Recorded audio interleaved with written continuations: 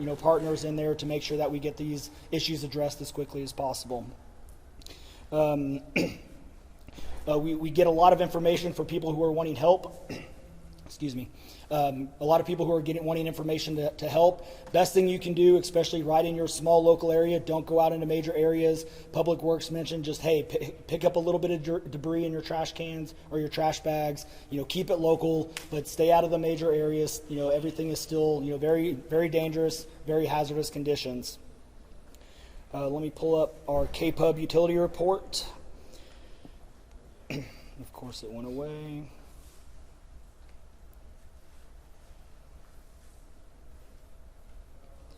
So KABB still has approximately 600 customers that are without power. The largest remaining outage customers are west of Ingram, south of 39, along South Fork of Hunt. KABB issued a mutual aid request on July 4th. 50 personnel and utilities and contractors from across Texas are coming in to support operations and restoration. Hunt or South Fork sustained extensive storm-related damage, including approximately 40 downed power poles with widespread tree and flood debris, heavily damaged infrastructure. Restoration in these remaining areas will be lengthy and complex, and customers should prepare for multi-day outages. Customers outside of these remaining areas still experiencing an outage should report it to KABB by calling KABB's outage line at 855-959-2496. But power has been restored to most of the other customers. Like I said, about 600 are still remaining. A lot of the county is also on Aqua Texas or private wells. We try to get information on that, but we don't have a lot of information as far as private wells are concerned or the status of Aqua Texas. But a big bulk of what we had coming through the Guadalupe is within the city limits, which is on the city limit, or city water supply. Aqua Texas and some of those other public water systems are typically outside of what we're thinking is the damage area, but we have not had any reports from Aqua Texas on outages. And with that, we will take a couple questions. Alden, is the recovery for some of we're hearing some recovery of bodies in Louise Hayes Park. And the other part of that question is how many red tag buildings are now along the river that the Kerrville Fire Department has issued? Yeah, so when you talk about red tag, you're talking about like condemned buildings. Obviously out here, the damage is extensive. Right now, we're really focused on life safety. We are focused on search and rescue. Search and rescue is the priority. So we're not really red tagging buildings. Now we do have structural teams come out. They will mark stuff. You'll see spray paint. A lot of that is to identify where we've at least primary searched.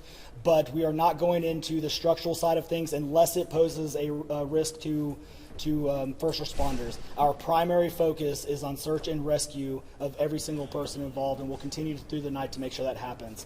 Yes, real quick, we are finding bodies and stuff.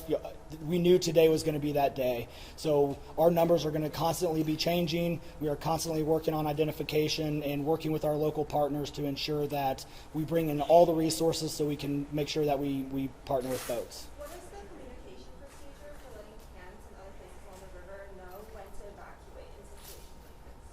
So each camp is obviously mostly private, or they have different ownerships. And so especially in this situation, so let's talk about this one more specifically. The event happened very fast. Rose over 20 feet, 30 feet within less than a 2-hour time span. On a holiday in the morning, there wasn't a lot of time in this case. As far as warnings, obviously there's a lot of things going around. We want to make sure that we focus on the early level. Regardless of the warning side of things, again, we want to make sure that we take care of our local community and focus on search and rescue operations. So please keep that question. We definitely want to get these addressed, but right now we want to focus on getting everybody that we possibly can out. Has that number of the Camp Mystic campers at 27 changed? As of right now, I do not think it has changed. It is still 27. Yes, sir. Do you know how many people you guys are searching for as of right now, or is there no cap on that number? So right now, we're kind of looking at this in two ways. Call it the known missing, which is the 27 camp kids that are missing. We will not put a number on the other side because we just don't know. campers are coming in for 4th of July weekend. People are camped along the riverbank. People are coming in to visit. There's a number that we just don't know yet, and we don't know what we don't know. So as things are starting to develop and as things are starting to move along, we're not going to put a cap on this. We are just going to continue until we find everything else. One more question. We know there are many children missing. Are there any caps? Let me give it to somebody else.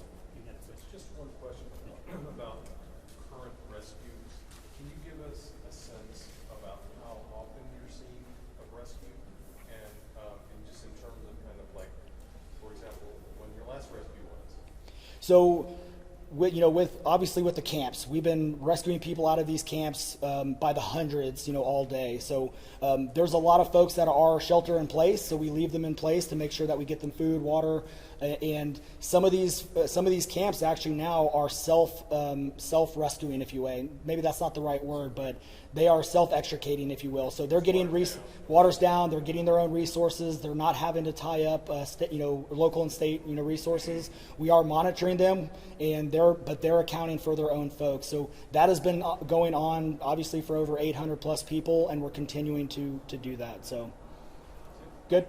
Sorry, one more question. I can absolutely appreciate that right now the focus is finding the missing, and it's a very active search and rescue. But what do you say to the parents that are in grief, understandably frustrated, as to how in the world this could happen? How in the world you could have so many campers in the way of this danger and not taken out of there ahead of the storms? Yeah, that's the question of the hour. But with these, this is last time it was this bad, and this one is even worse than that. Was 1987. You can't predict it. Everybody in the media even knows, everybody who does this and sees this every single day, you have the inverse effect of if you continue to push it, and you see this in Houston areas all the time, you cry wolf. What happens when you continue to ramp things up and you continue to put a lot of information out there? Again, not to harp on the media, but there's a lot of stuff that gets overspun up, and we see that way too often, and then that trickles down. So we did look at stuff. Obviously, I had told the story. I was out on the river trail at 3:30. I left about 4 o'clock. We did not see any signs of the river rising, and by 5:20, we almost weren't able to get out of the park on the upper end. It rose that quickly. So was it a matter of it just rising so quickly and this being a massive tragedy, or people weren't taking it seriously? No, this was a massive tragedy, hands down. We are hitting from our, again, flood maps. We're seeing some areas where it's hitting the 100-year flood thing. And again, we talked about the North and South Fork. That water hit perfectly. You heard Chief Nimkid talk a little bit about the wide area. This went from San Angelo to Waco and all. They stage where they can, but you do not know what's going to happen, one, until water falls, and two, the predictions were definitely off. That water and rain fell almost double of what was anticipated, both in the North and South Fork, and converged into one place, and it rose that quick. So thank you. Sheriff, do you mind repeating the numbers again? The latest numbers, do you mind repeating them again? Sheriff, I got it. All right, so one more time. Could you get the mic, sir? Can you go to the mic, sir? Thank you. All right, so one more time. We have 43 victims who have been recovered. Out of that 43, 28 of them are adults, 12 of them are pending identification, 15 of them are children, and 5 of the children are still pending identification. The next press briefing will be at 10 in the morning and one to follow at 3 in the afternoon. Thank you. Do you have an updated number on recoveries? I don't, sir.